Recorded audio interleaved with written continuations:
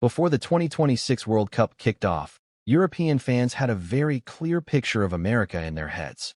They had been building that picture for years.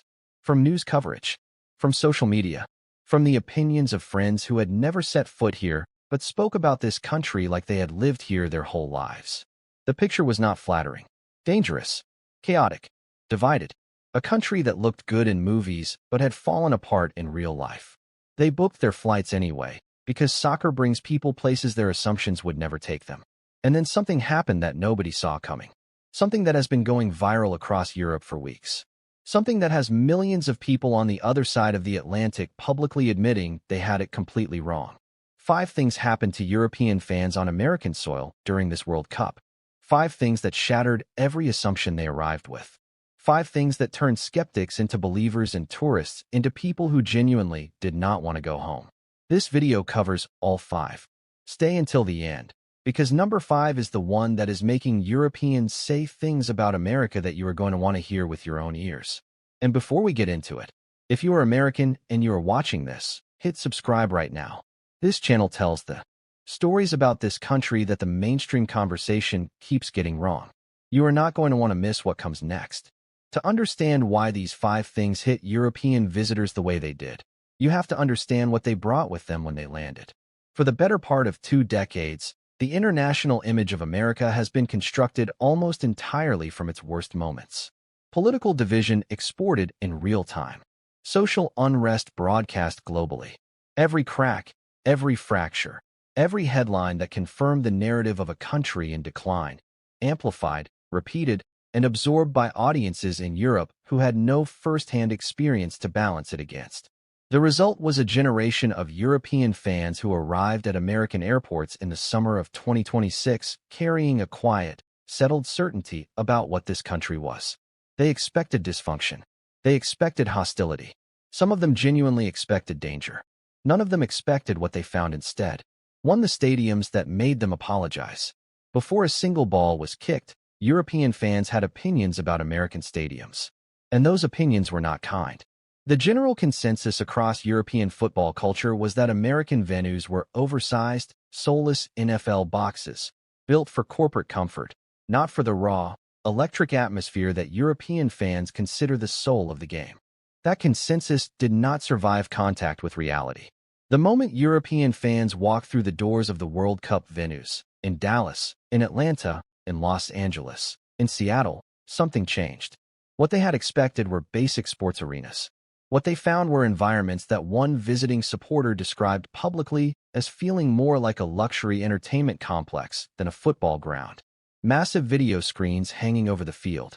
Climate-controlled interiors that made the summer heat irrelevant. Concourses so expansive and well-designed that moving through them felt nothing like the cramped, outdated experience of many historic European grounds.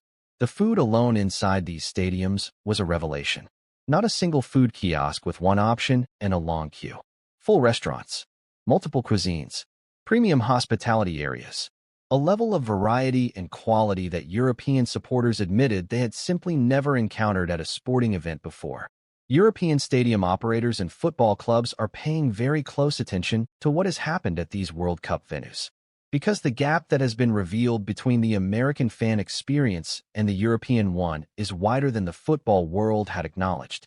American stadiums were designed from the ground up as entertainment ecosystems, buildings that create in. That consensus did not survive contact with reality.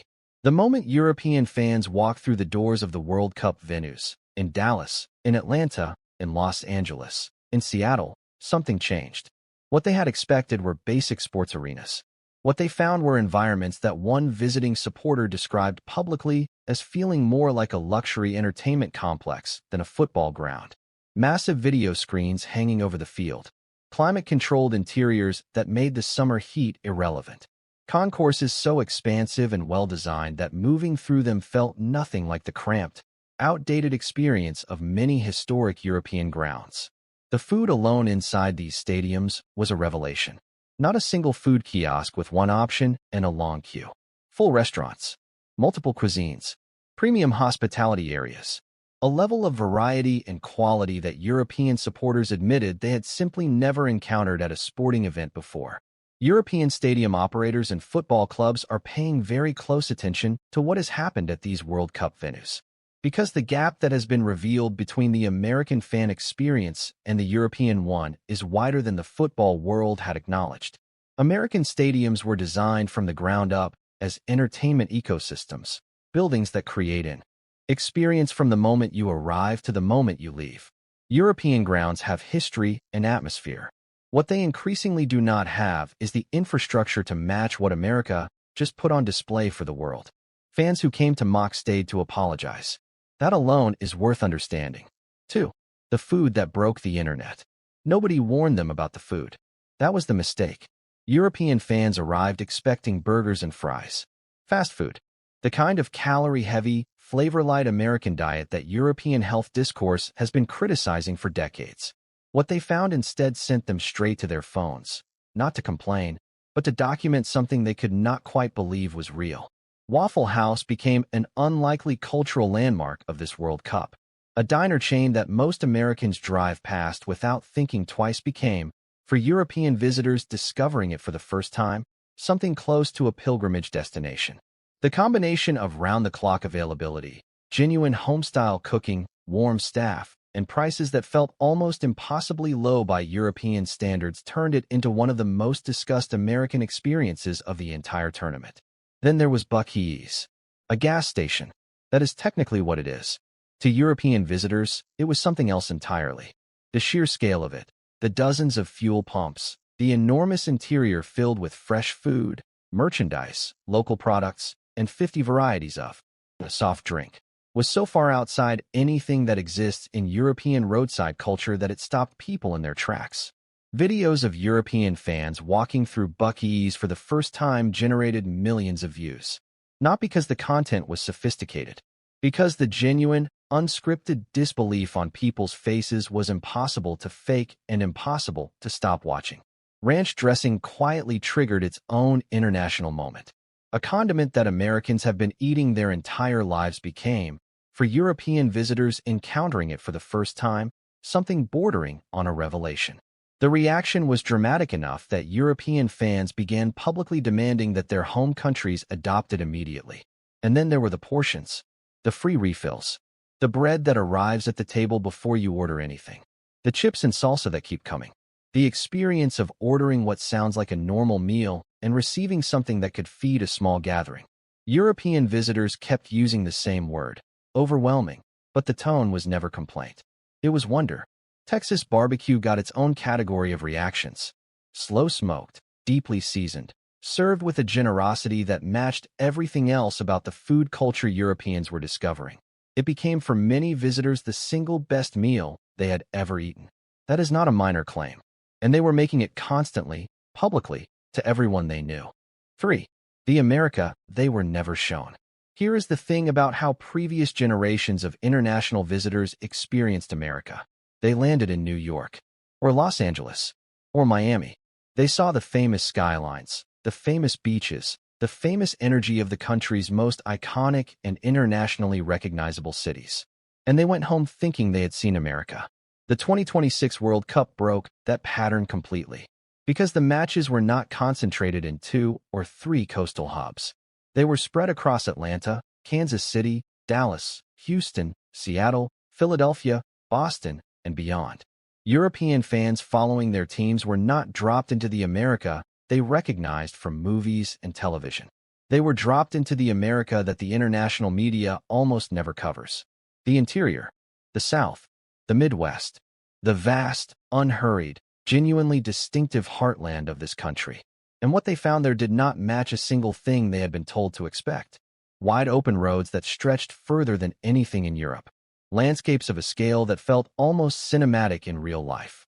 Small towns with a character and a warmth that was completely absent from the international image of this country.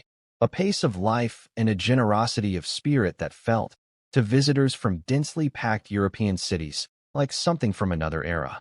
The reaction from fans who made it into Middle America was consistently the same. Surprise. Then curiosity. Then something that looked a lot like genuine affection for a place they had expected to find threatening and instead found welcoming beyond anything they had prepared for. They had been shown the noise. Nobody had shown them this. 4. The hospitality that has no equivalent. This is the one that hit deepest. This is the thing that European fans keep coming back to when they try to explain what America did to their assumptions.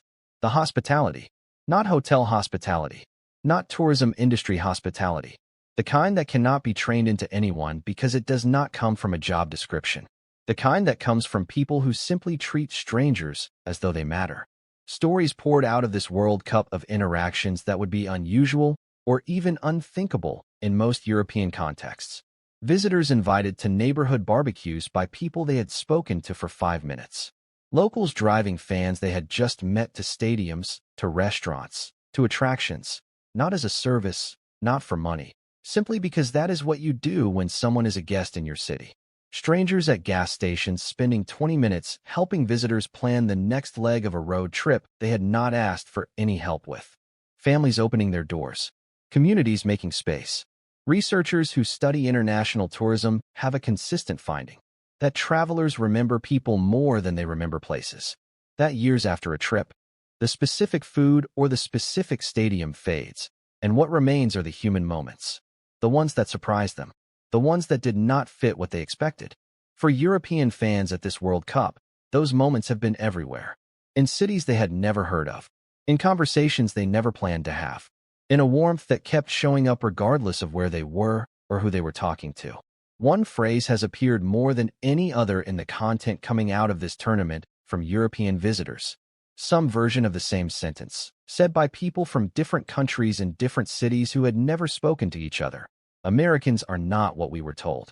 5. The apology Europe didn't plan to give. This is the one. This is what the whole video has been building toward. After weeks of experiencing an America that looked nothing like the one they had been told about for years, European fans began doing something that nobody predicted and nobody orchestrated. They began publicly apologizing, not with embarrassment, with something that felt more like relief.